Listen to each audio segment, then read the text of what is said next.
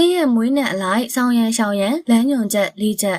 မြတ်သောပရိသတ်ကြီးရှင်မင်္ဂလာပါရှင်ဒီနေ့မှာတော့ချစ်ရဆုံးသောမိတ်ဆွေတငယ်ချင်းတို့တက်ကိုရဲ့မွေးနေ့နဲ့သက်ဆိုင်တဲ့လမ်းညွန်ချက်လေးတွေကအဓိကအရေးပါတဲ့အချက်၄ချက်အကြောင်းကိုနူးညံ့ပျော်ပြောင်းတဲ့အမျိုးသမီးတဦးရဲ့စိတ်ရင်းစေတနာနဲ့ပြောပြပေးကြပါရရှင်မြမရိုးရာဘေးရင်ပညာအရတပတ်ရဲ့9ရက်သားသမီးတိုင်းဟာကိုယ်ပိုင်ကြိုးအင်အားကံကြမ္မာနဲ့စိတ်နေသဘောထားတွေရှိကြပါတယ်အဲ့ဒီအင်အားတွေကိုမမှန်ကန်ကန်အသုံးပြုနိုင်မှုအတွက်ဆောင်ရန်ရှောင်ရန်လမ်းညွန်ချက်၄ချက်ကဘာတွေဖြစ်မလဲဆိုတာလေ့လာကြည့်ရအောင်နော်ပထမအချက်ကတော့ကံကောင်းခြင်းတွေကိုဆွဲဆောင်ပေးမဲ့အကျိုးပေးအရက်ကိုဦးစားပေးပါဆိုတဲ့လမ်းညွန်ချက်ပဲဖြစ်ပါတယ်ရှင်လူတယောက်ရဲ့ဘဝမှာအလုပ်ကိစ္စပဲဖြစ်ဖြစ်အိမ်အောင်ပြုတာပဲဖြစ်ဖြစ်ခရီးရှည်သွားတာပဲဖြစ်ဖြစ်အရေးကြီးတဲ့ဆုံးဖြတ်ချက်တွေချတဲ့အခါကိုယ်မွေးနံတဲ့အကျိုးပေးတဲ့တေစားအရက်အစွမ်းအစ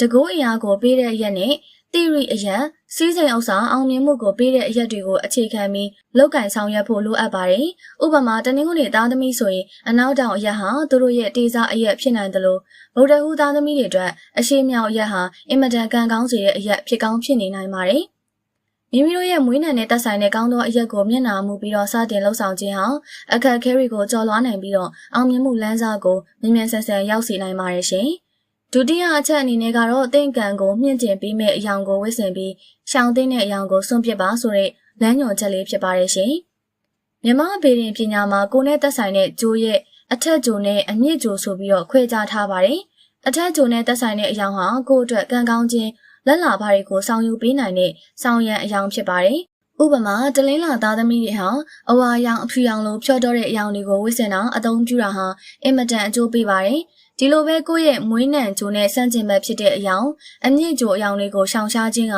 ကိုယ်ကန်စာတာမှာမလိုလားအပ်တဲ့အနှောက်အယှက်တွေကိုလျှော့ချပေးနိုင်ပါတယ်ရှင်။တတိယအချက်ကတော့သဘာဝစိတ်နေသဘောထားကိုထိန်းချုပ်ပြီးတော့ကံအညံ့တွေကိုဖြည့်ရှင်းမှာဆိုတဲ့အချက်ပဲဖြစ်ပါတယ်ရှင်။ကျမတို့တယောက်ချင်းစီမှာမွေးရပါစိတ်နေသဘောထားတွေရှိပါတယ်။ဥပမာတနင်္ဂနွေသမီးတွေဟာခေါင်းဆောင်မှုအရေးအသွေးကောင်းမွန်ပေမဲ့စိတ်ညံတတ်တာမျိုးအင်္ဂါသားသမီးတွေကတတိရှိပေမဲ့ခက်ထန်ပြတ်သားလွန်းတာမျိုးဗုဒ္ဓဦးသားသမီးတွေကညံကောင်းပေမဲ့စကားများလွန်းတာမျိုးစတဲ့အားနည်းချက်လေးတွေရှိနေတတ်ပါတယ်။ဒီလိုကိုယ့်ရဲ့မွေးနံကြိုတဘာဝကြောင့်ဖြစ်ပေါ်လာတဲ့စိတ်နေစိတ်ထားတွေကိုသိရှိပြီးတော့ထိန်းချုပ်လိုက်နာခြင်းစိတ်ရှည်သီးခံခြင်းမေတ္တာထားခြင်းစတဲ့ကောင်းမွန်တဲ့အပြုမှုတွေကိုဆောင်ရန်အနေနဲ့လေ့ကျင့်ပေးခြင်းဟာကိုယ့်ရဲ့လူမှုဆက်ဆံရေးနဲ့လုပ်ငန်းအောင်မြင်မှုတွေကိုအများကြီးပံ့ပိုးပေးပါတယ်ရှင်။နောက်ဆုံးစတုတ္ထအချက်ကတော့အခက်အခဲတွေကိုကျော်လွှားဖို့ရေရာကောင်းတွေကိုလိုက်နာဆောင်ရွက်ပါဆိုတဲ့လမ်းညွှန်ချက်ပဲဖြစ်ပါတယ်ရှင်။ဘေးရင်ပညာမှာကိုယ့်ရဲ့ကံစားတာအားနည်းနေချိန်ဒါမှမဟုတ်ဂျိုးအပြောင်းလဲတွေကြောင့်စိန်ခေါ်မှုတွေကိုရင်ဆိုင်ရတဲ့အခါရေရာတွေဆောင်ရွက်ခြင်းဟာအရေးပါလာပါတယ်။ဒီလိုဆောင်ရွက်တဲ့နေရာမှာမိမိမွေးနံဂျိုးရဲ့မော်မြဲအရက်အားရင်ကုန်ခန်းတဲ့အရက်မှာဖျောင်းနိုင်ပူဇော်တာမိမိရဲ့ကံအညံ့တွေကိုဖယ်ရှားပေးမဲ့ဖျားတကာလုပ်ငန်းတွေကိုလှုပ်ဆောင်တာသက်ဆိုင်ရာဂျိုးမင်းကိုပန်ရည်ချမ်းကတ်လူပူဇော်တာစတဲ့အကျိုးပေးတဲ့လုပ်ငန်းတွေကိုစေတနာတရားထားပြီးတော့လှုပ်ဆောင်ခြင်းဟာမကောင်းတဲ့အကြံစီတွေအခက်အခဲတွေကနေလွတ်မြောက်အောင်ကိုယ့်ဘဝကိုပုံမတည်ငြိမ်အေးချမ်းအောင်ဆောင်ရန်အနေနဲ့ထောက်ပံ့ပေးနိုင်ပါတယ်ရှင်။ဒီလမ်းညွှန်ချက်လေးချက်ကိုကျမတို့ပရိသတ်ကြီးကကိုယ်မွေးနံနဲ့တိုက်ဆိုင်စစ်ဆေးပြီးတော့လိုက်နာဆောင်ရွက်မယ်ဆိုရင်ဘဝရဲ့အဖို့အထစ်တွေကိုလွယ်လွယ်ကူကူကျော်လွှားနိုင်မယ်လို့ယုံကြည်ပါတယ်ရှင်။အားလုံးပဲကံကောင်းခြင်းတွေနဲ့ပြည့်စုံပြီးတော့စိတ်ချမ်းသာကိုယ်ကျန်းမာရှိကြပါစေရှင်။